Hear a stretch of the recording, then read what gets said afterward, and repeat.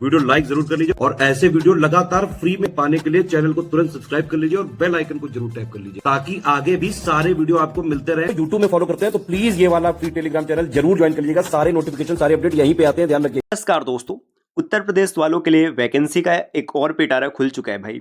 अगर आप उत्तर प्रदेश से हैं तो होमगार्ड्स पदों के लिए आवेदन की प्रक्रिया स्टार्ट हो चुकी है। तो हम लोग इसमें एक एक पॉइंट पर विस्तार से चर्चा करेंगे कि कौन आवेदन कर सकता है, इसमें आपकी योग्यता क्या होनी चाहिए और अंतिम में आपको नौकरी किस प्रकार से मिलेगी। तो चलिए साथियों, शुरू करते हैं आज के इस इंटरेस्टिंग क्लास को। देखिए, स्पष्ट रूप से देख सकते हैं उत्तर प्रदेश पुलिस भर्ती बोर्ड एवं प्रोन्नति बोर्ड को होमगार्ड्स मुख्यालय उत्तर प्रदेश लखनऊ से समस्त पदों के होमगार्ड्स के कुल 41,424 रिक्त पदों के एनरोलमेंट का अध्याचन प्राप्त हुए। मतलब कुल पदों की संख्या होने वाली 41,424 है ना।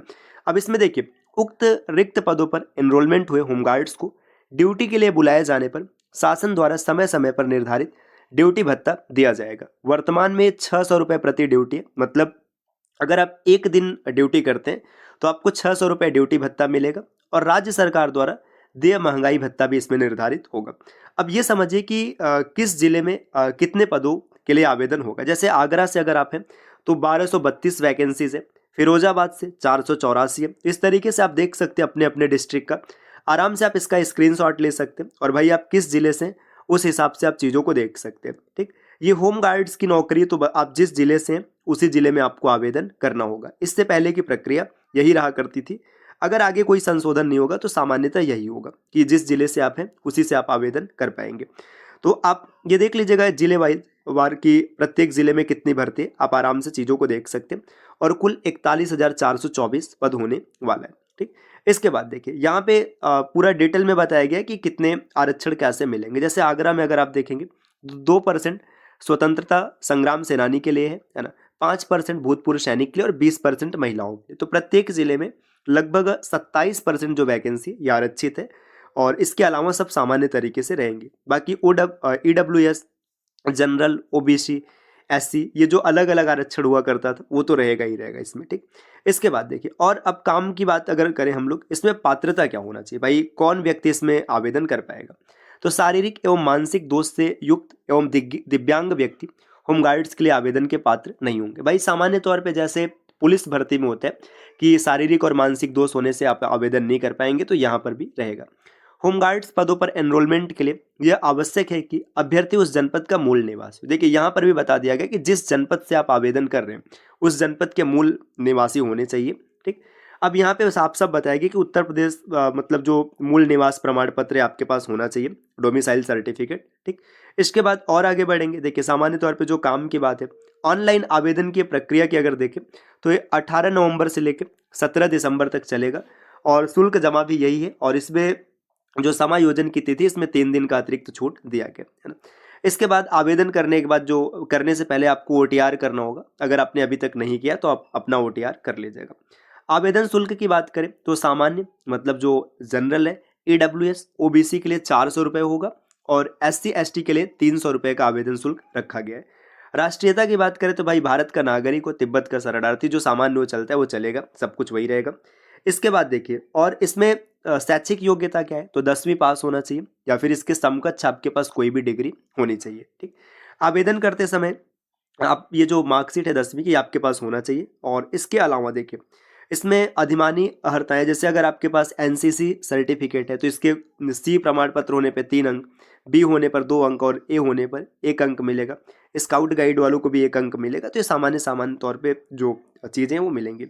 आयु की बात करें तो 18 से अधिक और 30, मतलब 18 से 30 सामान्य आयु वर्ग है। इस आयु वर्ग में व्यक्ति होना चाहिए। आप साफ साफ देख सकते हैं कि आपका जन्म 1/7/1995 और 1/7/2007 के बीच का होना चाहिए।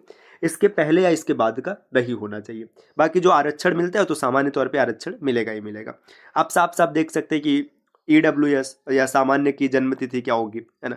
इसके बाद SC के लिए कितना होगा, ST के लिए कितना होगा, OBC के लिए कितना रहेगा। तो ये आयु वर्ग आप आराम से देख सकते हैं। ठीक, इसके बाद चरित्र प्रमाण पत्र भाई साफ साफ आपको होना चाहिए, चरित्र एकदम शुद्ध होना चाहिए। इसमें सिलेक्शन कैसे होगा, लिखित परीक्षा होगी, सामान्य ज्ञान का पेपर रहेगा, 100 प्रश्न रहेंगे, 100 अंक मिलेंगे और 2 घंटे का समय रहेगा।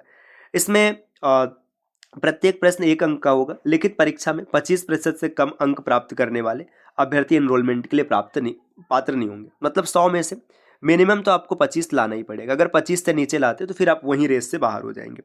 अब लिखित के बाद फिर क्या होगा, लिखित पेपर के बाद अच्छा यहाँ पे चीज़ों को विस्तार से बताया गया कि किस तरीके से रहेगा, है ना। इसमें OMR बेस्ड पेपर रहेगा, है ना, और निर्धारित अंक मिलेंगे आपको, और ये सामान्य चीज़ें हैं। इसके बाद देखिए आगे का प्रक्रिया क्या है, लिखित परीक्षा, ये सब लिखित के बारे में बताया गया। ये किस प्रकार से आपको अंक मिलेंगे, ये फार्मूला लगेगा, है ना। और इसके बाद डॉक्यूमेंट वेरिफिकेशन आप करेगा। डॉक्यूमेंट वेरिफिकेशन के बाद फिर इसमें आपका शारीरिक पात्रता परीक्षण होगा। इसमें हाइट की बात किया गया 168 सेंटीमीटर, OBC, इसके जनरल OBC और SC के लिए होगा, 160 ST का होना चाहिए। चेस्ट के बारे में बताया गया कि चेस्ट 79 to 84 इतना होना चाहिए, 79 सामान्य होना चाहिए और 5 सेंटीमीटर का फुलाव होना चाहिए।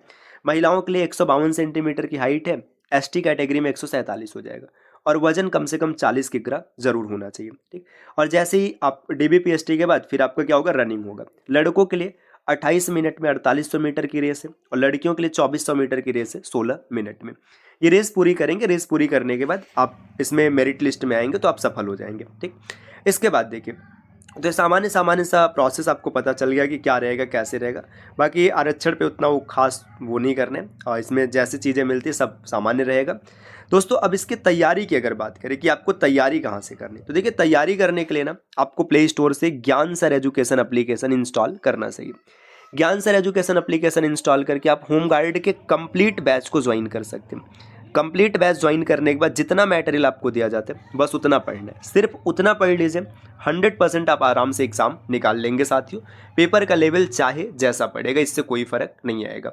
तो उम्मीद है कि आपको जानकारी समझ में आई होगी। मिलते हैं आपसे नेक्स्ट वीडियो में, तब तक के लिए नमस्कार।